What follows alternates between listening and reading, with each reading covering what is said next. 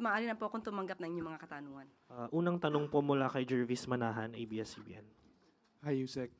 Yesterday po sa ASEAN Editors and Economic Opinion Leaders Forum, the President mentioned that he is talking to some personalities and he has some people in mind for the 2028 elections, and some of these personalities have said no.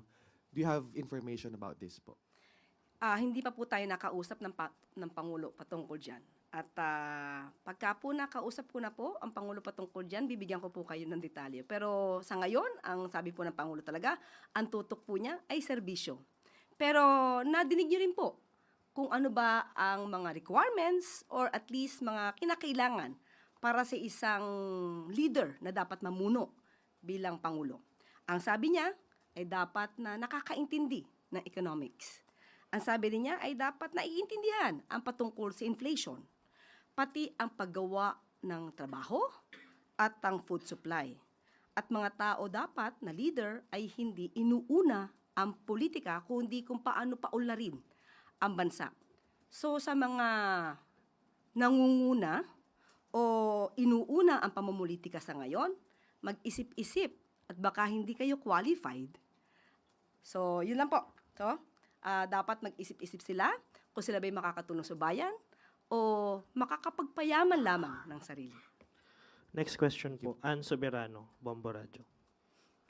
Yusek, good morning. Yusek, sa darating na March 2 to 4, tatalakayin na ng Justice Panel ang impeachment laban kay BP Sara. Ano pong reaksyon ng Malacanang dito? May posisyon po ba kayo? At handa po ba ang administrasyon sa anumang posibleng epekto? Thank you. Ang impeachment complaint na didinggin ay, ang sangkot naman po dito ay ang Vice Presidente. So kung ano magiging posisyon ng Pangulo at ng administrasyon, dapat lamang pong sundin kung anong proseso. Yun din po, pauulit-ulitin lang po natin, dapat proseso, due process, at kung ano ang inilalahad ng ebidensya. Yun lang po. Next question po, Kenneth Pasyente, PTV. Hi, Yusek, good morning. Yusek, sinabi ni VP Sara sa isang interview over the weekend na kalat yung governance ng kasalukuyang administrasyon. Ito po yung bahagi ng kanyang sinabi. Nakikita nyo na parang kalat yung governance ngayon kasi ganoon din yung ibang departments. Buti sana kung magaling lahat ng secretaries.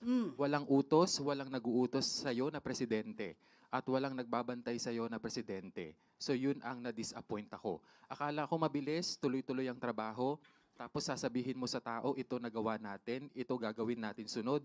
Walang ganoon na nangyari. Ano po ang reaction dito ng palasyo? Let us look who's talking. Ang sabi niya po, kinuha ko nga po yung transcript po na yan. Buti sana kung magaling lahat ang secretaries. Mukhang tumama naman po siya. Dahil siya, bilang sekretary ng DepEd, naitalaga siya ng Pangulo. Pinagtiwalaan siya ng Pangulo.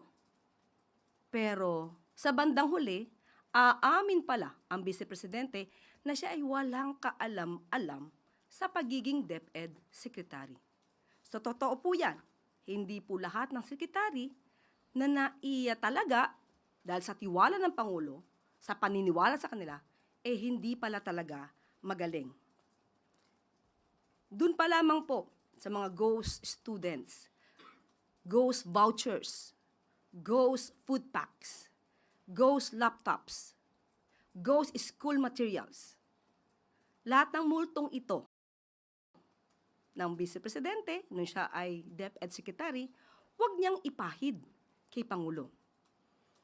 At ang mga kalat na ito ay ngayon niwanawalis at nililinis ni Senator or rather Secretary Sani Angara ng DepEd. Next question po, mula kay Ivy Reyes, Bilyonaryo. Yusek, good morning. The palace usually releases an official statement when it comes to days of commemoration, but now there's wala pa pong statement on EDSA. Kung meron, maglalabas po ba ng statement ang palasyo? And if not, what makes EDSA commemoration any different? Sa mamaya po siguro, bibigyan ko po kayo ng update patungkol po dyan, pero wala pa po sa atin na ibababang anumang impormasyon patungkol po. But as far as the palace is concerned, what's the significance of EDSA? it's part of the history. Hindi ito mabubura.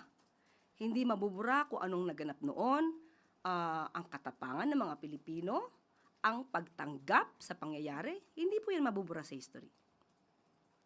Follow-up question po, Ana Bajo, GMA. Hi, ma'am. Ma'am, you mentioned yesterday that President Marcos will study the bills na dinedeclare yung EDSA as a regular holiday. May we know, ma'am, ano po yung mga factors na he will consider in studying the February 25 holiday bill? Pag nakarating na po siguro sa Pangulo yung bill at aaralin niya, titignan po natin. Sa ngayon po ay hindi po sinasabi kung naibigay na po ang kopya na to, new version na ito. Thank you, ma'am. Next question po, Luisa Cabato, Inquirer.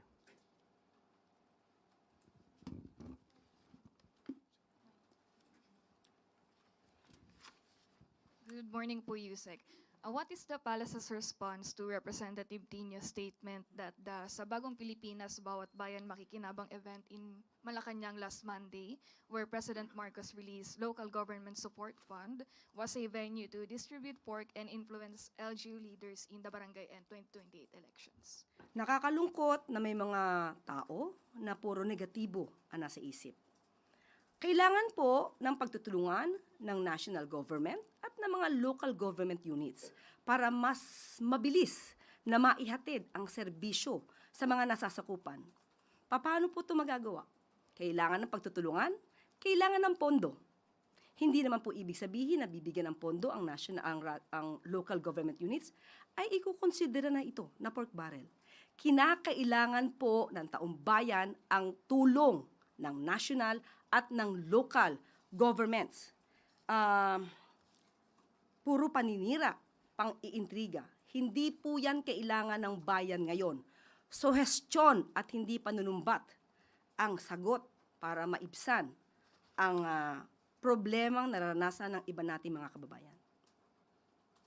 Next question po, Sam Medinilla, Business Mirror.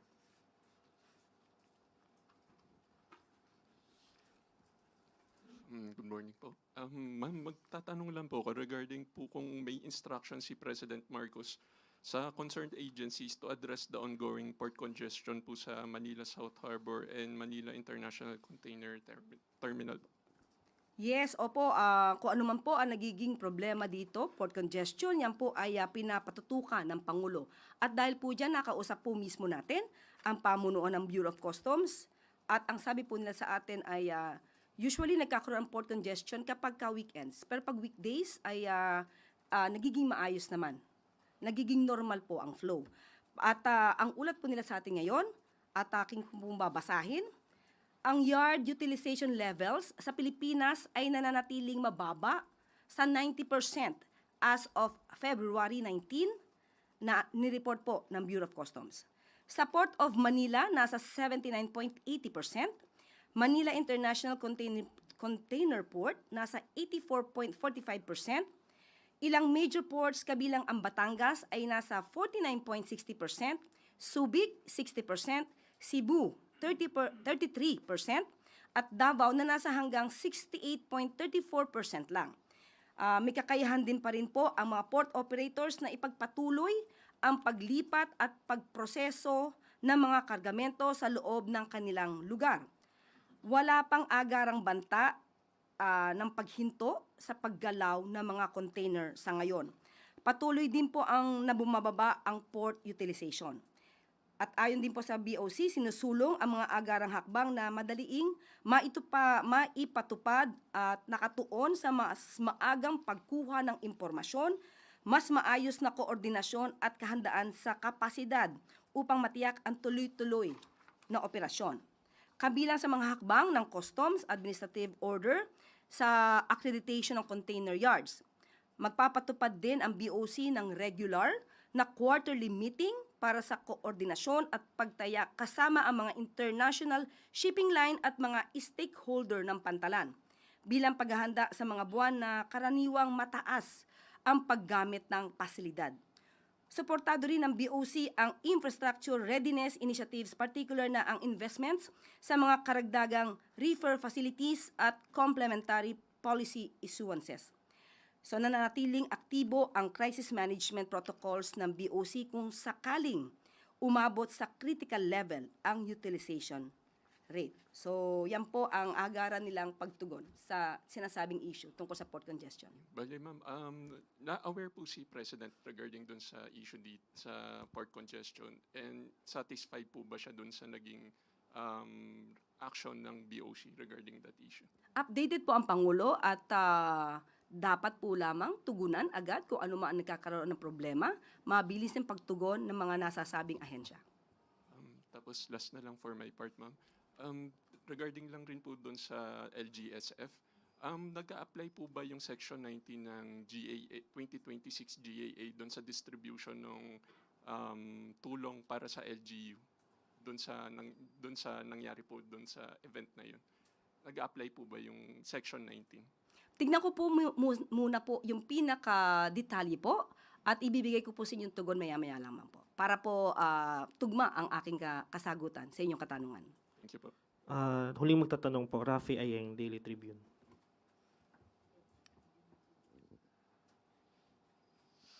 Good afternoon, Yusek. Good morning. Ma'am, reaction lang po dun sa sinabi nga ni Attorney Levy Baligod kahapon, and then yung mga accusations ng 18 ex-Marines na si President Marcos daw po ang mastermind sa pagdadala ng mali-maletang pera sa bahay ni President Marcos and din ni Representative Saldico. Paulit-ulit na kasinungalingan laban sa Pangulo. Lousy script. Hindi pang award-winning. Hindi malinis. Alam mo na may kasinungalingan. So, sino ba ang nasa likod nito? Siguro dapat malaman nyo kung sino ba yung may-ari ng sasakyan na siyang sumundo sa kanila matapos ang press briefing or press con nila. So, paulit-ulit na kasinungalingan. Sino po kaya? Sino sa tingin niyo? Dapat nyo siguro malaman kung sino talaga. Alamin nyo muna. At baka kayo, I believe, hindi kayo magugulat. Same people. Ma'am, wala bang balak kasuhan ng palasyo ang mga nagpapakalat ng sinasabi niyong fake information o kasinungalingan? Nandiyan ang NBI. Nandiyan ang PNP. Dapat malaman nila to. Obligasyon nila na kasuhan ang mga nagpapakalat ng fake news. Dapat pa ba silang utusan? Hindi po. Obligasyon ng NBI, PNP, DOJ. Si Mike Defensor po. Ano po ang wala po ba kayong balak kasuhan? Or siya po ba ang may-ari? Yan ba ang hula mo? Okay. In other matters naman po, ma'am, nagbaba si US President Donald Trump ng 15% global tariff. Ano po ang balak ng economic team dito to protect our exporters? Oo, isa po yan sa talagang sumambulat na balita sa atin. Kaya po, minabuti ko pong kausapin ang economic team at ito po ang kanilang tugon. We will continue to engage with the US, given that US remains a major trading partner. In the meantime, we will evaluate and monitor recent developments. Our goal is to ensure that our trade and investment relations with the US remains stable and predictable. Yan po ang tugon ng economic team. Yun na po ang huling tanong, Yusek. Back to you po. Maraming salamat. At bago tayo magtapos, Pink Socks, Pacquiao Memorabilia, pagpapakita ng pagkakaisa at pagtutulungan kahit anong kulay ka pa. Sa pagkikita ni na Pangulong Marcos Jr. at Mayor Leni Robredo sa Naga City at sa pagkilala sa ambag ni former Senator Manny Pacquiao sa larangan ng sports, ipinamalas ng tatlong leader na kahit naging magkakatunggali sila sa nakaraang eleksyon ay hindi ito magiging hadlang sa pagtutulungan at pagsiserbisyo para sa bayan. Kapag ang isang leader ay tapat sa katotohanan, honest, mapagkumbaba at walang pansariling interes, tiyak na ang bayan ang uunlad. Sa kanyang pagbisita sa Naga City noong Sabado, ipinamalas ni Pangulong Marcos Jr.